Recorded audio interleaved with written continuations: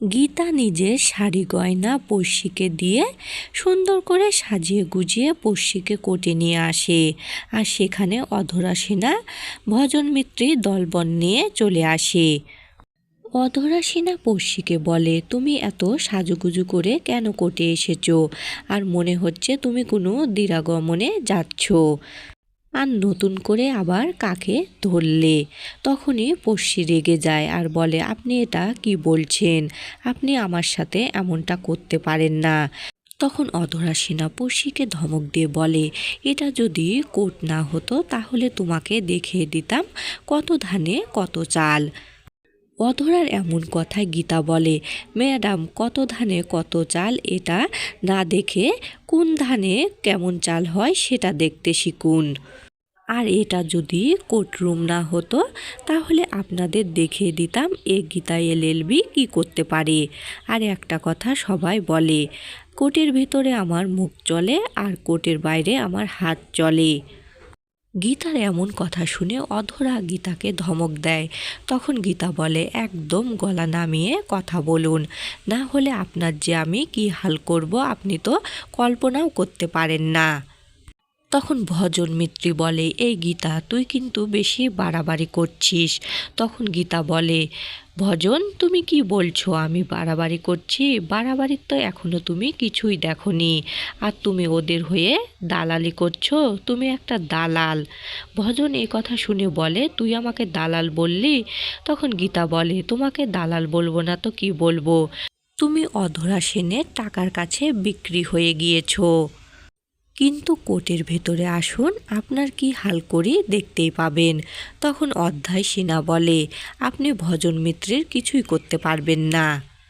আর ভালোই ভালোই বলছি, এ কেসটা থেকে আপনি সরে দাঁড়ান। তখন গীতা বলে, চোরের মায়ের আবার বড় গলা, একে অপরাধ করেছে আবার এত বেশি কথা। একজন মেয়েকে বিয়ে করে নিয়ে গিয়ে অন্য একটা মেয়ের সাথে ফষ্টি নষ্টি করে তাকে মেরে ফেলে আবার এত কথা বলছো। তোমার আজকে কোর্টের ভিতরে চলো, তোমার কি হাল করি সেটা দেখতেই পাবে।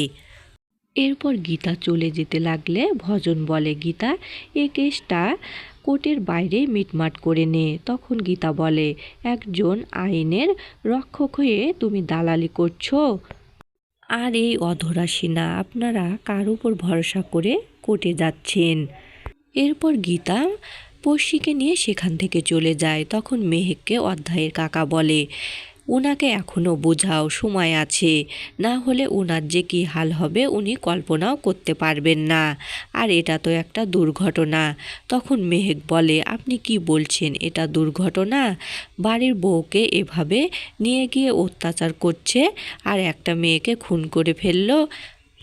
আর আমার গীতা বৌদি কোর্টের ভেতরে গিয়ে কি করবে সেটা আপনারা দেখতেই পারবেন।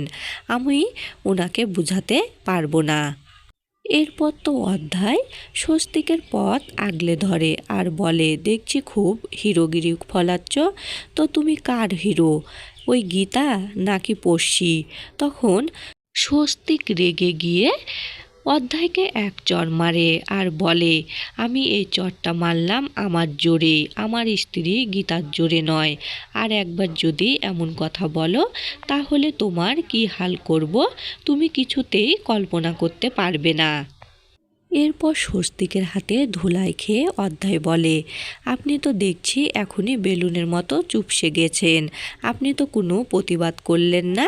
তখন ভজন মিত্রী বলে, কোর্টের ভিতরেই চলো, একটার পর একটা ডেট নিয়ে এই কেসটাকে আমি বানচাল করে দিব।